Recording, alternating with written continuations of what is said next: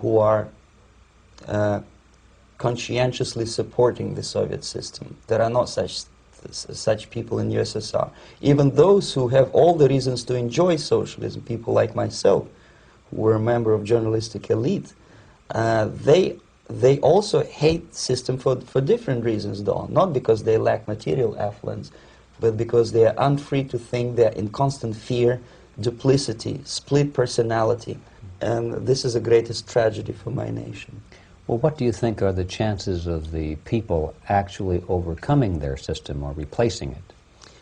There is a great possibility that system will sooner or later be destroyed from within. There is a self-destructive mechanism built into any socialist or communist or fascist system, because there is lack of feedback, because the system does not rely upon loyalty of population. But until this Soviet junta is being supported by the Western so-called imperialists, that is, multinational companies, establishments, governments, and, let's face it, intellectuals, so-called academia in the United States is famous for supporting the Soviet system.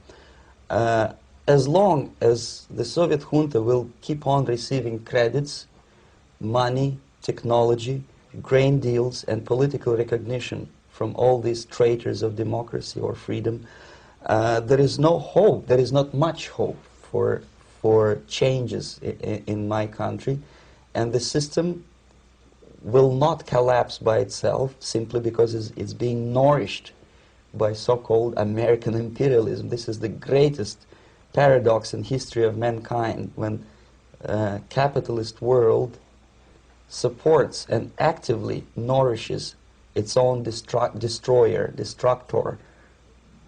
I think you're trying to tell us something in this country. Mm-hmm.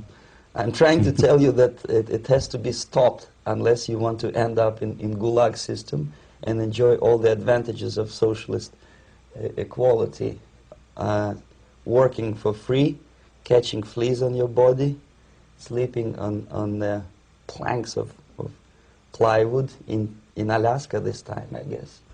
That's where Americans will belong, unless they will wake up, of course, and force their government to stop aiding Soviet fascism. Well, you told us a moment ago why you left the system. I'd like to hear the details of how you did it. It must have been a very dangerous thing. It was not so dangerous, it was crazy. First of all, because defecting in India is virtually impossible, thanks to very strong pressure from the Soviet government. Excuse me, you were in India on assignment at that time. Yes, I was working for the Soviet embassy in New Delhi as a press officer. Mm-hmm.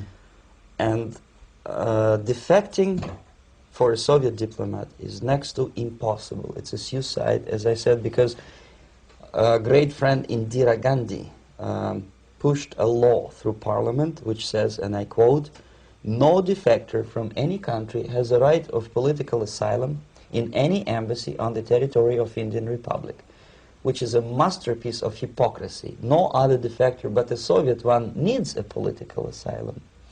So, knowing that perfectly well, I planned a craziest possible way to defect. I studied counterculture in India.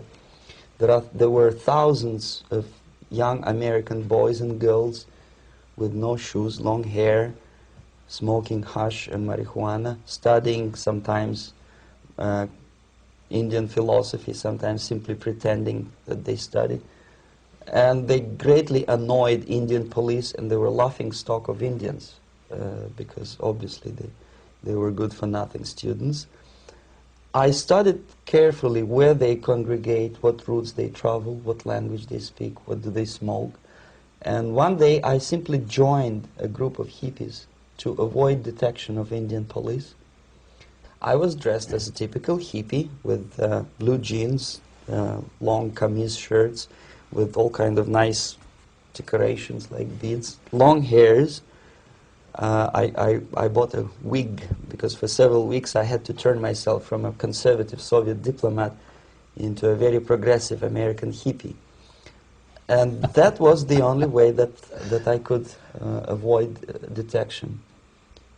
It was very interesting experience, but it was necessary because from my own knowledge as a member of Soviet embassy staff, I knew that there were many cases when Soviet defectors were betrayed by Indian police, and also some Western embassies played a very dirty